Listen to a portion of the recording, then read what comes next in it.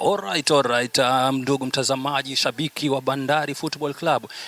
Hii leo nimeweza kukujia katika upande wa fanbase, ambapo hapa nitapata fursa ya kuweza kuongea na mashabiki, na ninapoangalia katika mkono wangu wa kushoto niko na shabiki mmoja hapa kavaa nyuzi ambayo inang'ara kabisa. Huyu ni shabiki kindakindaki. Sijui ana yapi ya leo ya kusema, kwa sababu leo wanasema kwamba leo ndio siku ya ndovu kumla mwanawe katika uwanja huu wa Shakahola. Labda atajifahamisha tu kwa majina yake, alafu tutaweza kuendelea kuanzia hapo. Ndugu yangu, mambo vipi? Poa sana bro.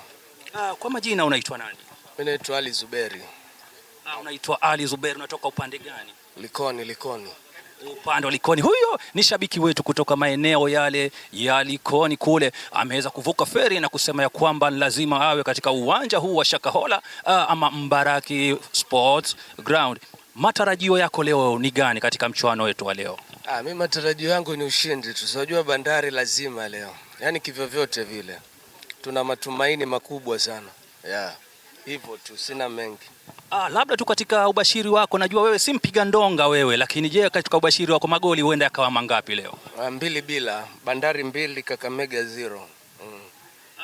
Tunaporudi kwenye ubashiri vile, nani katika magoli haya ule kama unampigia upato huenda akapachika magoli haya mawili?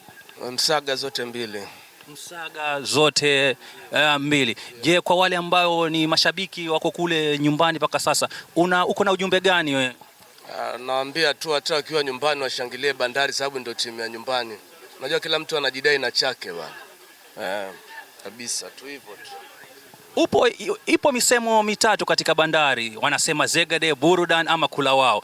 Pia yule mgeni ambaye amekuja leo hapa, ile Kakamega Homeboyz, unamwambia mmoja wapo katika msemo huu, unamwambia msemo gani? Kula wao. Tushamaliza hiyo.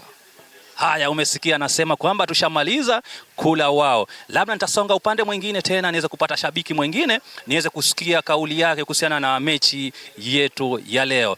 Lakini Zuberi anasema kula wao.